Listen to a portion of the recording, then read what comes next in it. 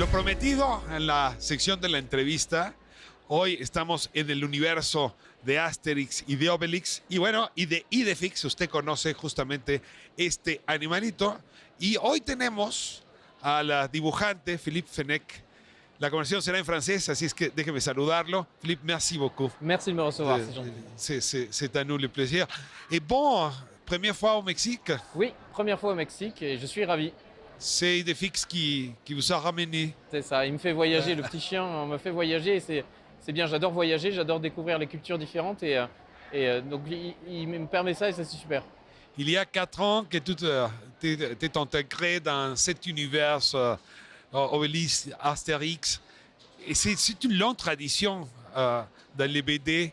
Comment est-ce qu'il t'est arrivé de rentrer dans cet univers et devenir l'auteur d'Idefix? Alors c'est une longue histoire qui remonte moi quasiment à ma naissance. En fait j'ai découvert Astérix, j'avais 6 ans. C'est un oncle qui m'a offert une BD d'Astérix qui était l'Odyssée d'Astérix. Et je suis tombé complètement en amour de cet univers et de la BD en général. Donc je fais de la BD grâce à Astérix. C'est parce qu'Astérix existe que je fais de la BD. Et moi j'ai appris à dessiner en lisant Astérix. J'ai appris à lire aussi en lisant Astérix. Et ma première BD, j'ai eu la chance que Albert Uderzo en fasse la préface. Je lui avais présenté mes planches, mes dessins, il a beaucoup aimé. Et il m'avait promis d'en faire la préface. Donc j'ai eu cette chance-là de rencontrer Albert Uderzo et d'avoir une préface de son nom. Et j'ai continué régulièrement à faire des hommages à Astérix sur les réseaux sociaux et tout. Et notamment pour les 60 ans d'Astérix, donc il y a 5 ans. 60 ans Pour les déjà. 60 ans d'Astérix, oui, il est né en 59 Astérix. Il les fait pas, hein, je trouve, mais j'avais fait un hommage et cet hommage a beaucoup tourné sur les réseaux.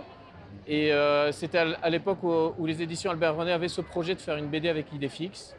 Pourquoi Idefix? Raconte-moi, qu'est-ce qu'Idefix, qu'est-ce qu'il voit dans cet univers qui est important pour le public d'Astérix et Obélix? Idefix, il est important déjà parce qu'il était important pour Albert Uderzo. C'est un personnage que lui a créé, qu'il a amené à l'univers. En 1965, enfin 1963 exactement, quand il commence à dessiner le Tour de Gaulle, dans une case, il y avait une description, Goscinny avait mis un petit chien attend devant la boucherie. Et Albert Uderzo lui a demandé s'il pouvait faire que ce petit chien suive les personnages tout au long de l'histoire sans que les personnages s'en rendent compte.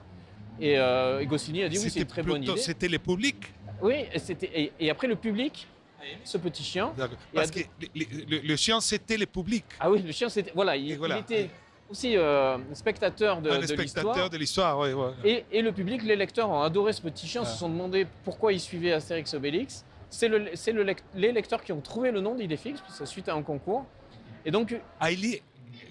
Ils l'ont baptisé d'après un concours. Oui, c'est ça en fait.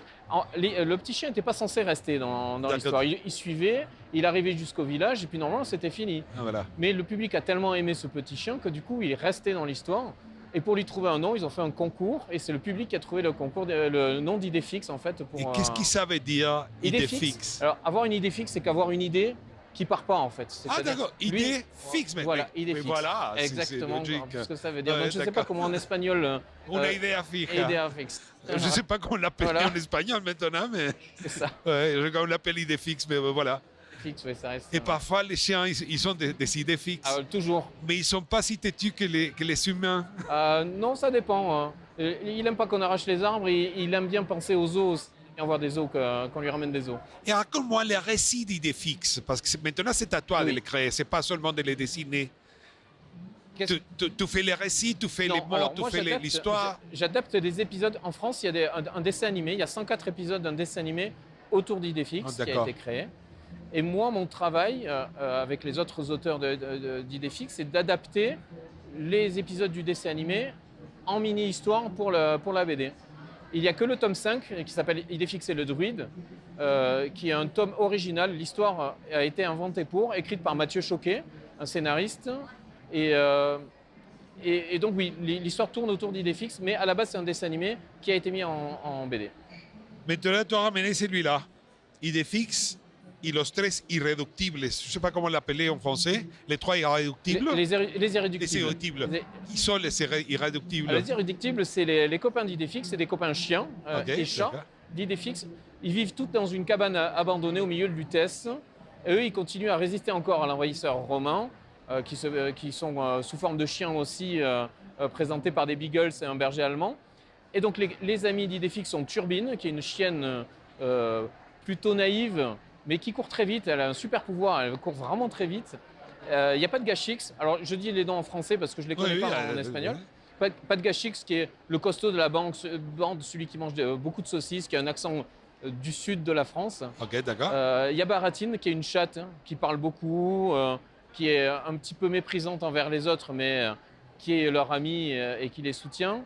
Il y a Asthmatix, qui est le vieux pigeon en fait, qui a fait la guerre des Gaules et qui se souvient de tout ça. Donc voilà, tout ça c'est un ensemble. Donc il y en a bien d'autres, mais le centre, hein, le groupe d'amis, c'est ça. Les Irréductibles, c'est ces chiens-là, et Idefix bien sûr, qui est le chef sans être trop le chef.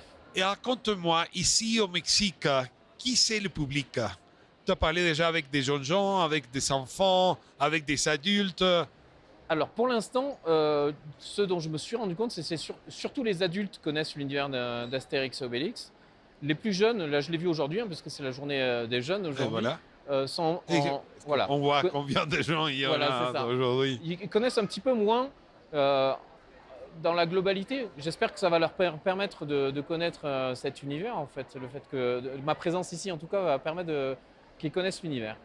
À part Idefix, qui d'autres parmi les personnages sont tes favoris?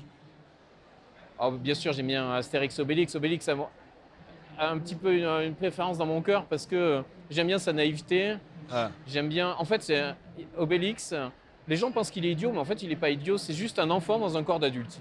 Et moi, ça, j'aime bien, en fait, parce que des fois, j'ai l'impression d'être un enfant dans un corps d'adulte aussi. C'est pas seulement toi. Et c'est bien, cet endroit qu'Hachette a monté ici. C'est super. C'est génial. Merci beaucoup, merci Philippe. Beaucoup, merci de m'avoir reçu. De venir à Calle 11 et pour ramener Idefix parmi nous. Merci beaucoup.